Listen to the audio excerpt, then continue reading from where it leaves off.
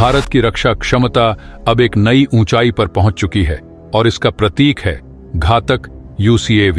यह महज एक विमान नहीं बल्कि भारतीय सेना की ताकत का प्रतीक होने वाला है, जो अब अपने शत्रुओं के लिए न केवल एक चुनौती बल्कि एक घातक शिकारी बनता जा रहा है। आप कल्पना करें दोस्तों कि जब यह विमान आसमान में गरजेगा तो उसकी रफ्तार और शक्ति के साथ साथ उसमें छिपी रहेगी ऐसी तकनीकी कुशलता जो उसे न सिर्फ एक परफेक्ट सटीकता से हमला करने की क्षमता देगी बल्कि यह दुश्मन के हर मोर्चे पर भय और अनिश्चितता भी पैदा करेगा। चाहे वह रडार से बचने की तकनीक हो या फिर सटीक निशाना लगाने की क्षमता, घातक UCAV की हर विशेषता हमारे रक्षा बलों को उन खतरों से लड़ने के लिए सक्षम बनाएगी जो पहले केवल कल्पना में ही संभव थे। यह घातक UCAV केवल एक विमान नहीं बल्कि भारत की शक्ति, सामर्थ्य और संकल्प का प्रतीक है।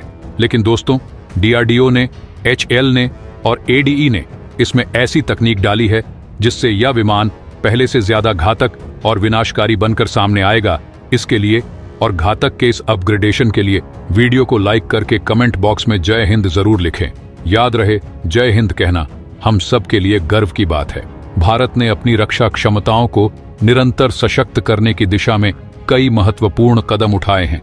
इसके अंतर्गत उच्च तकनीकी मानकों पर आधारित विभिन्न उपकरणों और प्रणालियों को विकसित किया जा रहा है।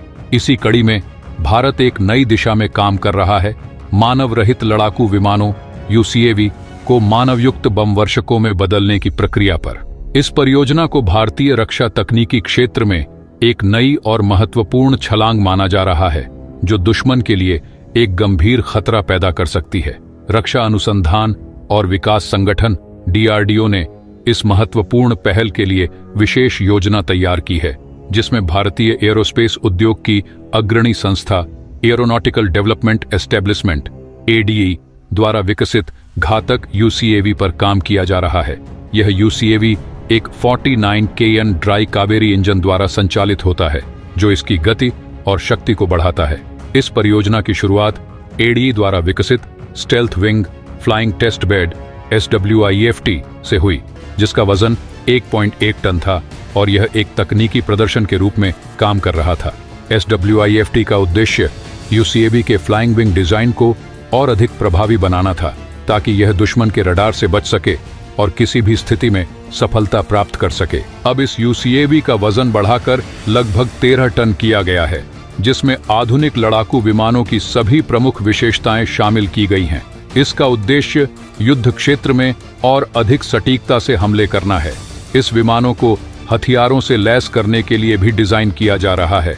इसके परिणाम स्वरूप इसे मानव रहित 13 टन के प्लेटफॉर्म से मानवयुक्त बम वर्षक में बदलने की प्रक्रिया पूरी की जा रही है, जिससे इसकी सामरिक ताकत में वृद्धि होगी।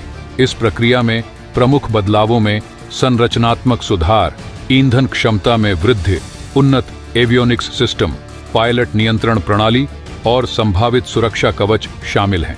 इन सभी परिवर्तनों से इसके वजन में वृद्धि होगी, लेकिन यह इसे युद्ध क्षेत्र में और भी अधिक सक्षम बनाएगा।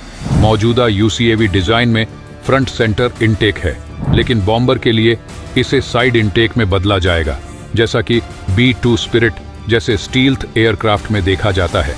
यह बदलाव बेहतर एयर फ्लो, कम रडार सिग्नेचर और कॉकपिट के संचालन को अधिक सुगम बनाएगा।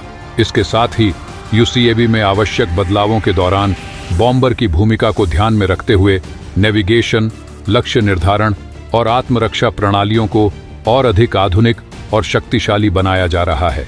इन प्रणालियों के तहत विभिन्न प्रकार के हथियारों जैसे बम और स्टैंड ऑफ मिसाइलें भी जोड़ी जाएंगी। 49 KN थ्रस्ट उत्पन्न करने वाला ड्राई कावेरी इंजन UCAV के लिए पर्याप्त साबित हो रहा है, लेकिन यदि इसे 20-25 टन के मानवयुक्त बम वर्षक प्लेटफॉर्म तक विस्तारित किया जाता है तो इसे और अधिक प्रदर्शन और गतिशीलता प्राप्त करने के लिए थ्रस्ट में उल्लेखनीय वृद्धि की आवश्यकता होगी। इस प्रकार के उन्नत विकास के परिणाम स्वरूप यह भारत को युद्ध क्षेत्र में एक निर्णायक बढ़त देगा। इन सुधारों के कारण भारतीय वायुसेना के पास एक अधिक सक्षम और ताकतवर बम वर्षक होगा, जो दुश्मन के रडार से बचकर सटीकता से निशाने पर हमला कर सकता है। यह तकनीकी श्रेष्ठता भारत को वैश्विक सुरक्षा परिदृश्य में एक निर्णायक जीत की ओर ले जाएगी, क्योंकि यह किसी भी विरोधी को कड़ा चुनौती देने के लिए तैयार रहेगा। तो दोस्तों, आशा है आप समझ गए होंगे कि घातक UCAVs में यह अपग्रेडेशन कितना महत्वपूर्ण है और यह युद्ध में किस तरह से काम आ सकता है। आज के इस वीडियो में बस इतना ही। अगर आपने अभी तक इस वीडियो को लाइक नहीं किया है तो लाइक करके इस वीडियो को शेयर करें। चैनल को सब्सक्राइब नहीं किया है तो चैनल को सब्सक्राइब करके बगल में जो बेल आइकॉन का बटन है उस पे ऑल पर क्लिक करें। मिलते हैं अगले वीडियो में। जय हिंद, जय भारत।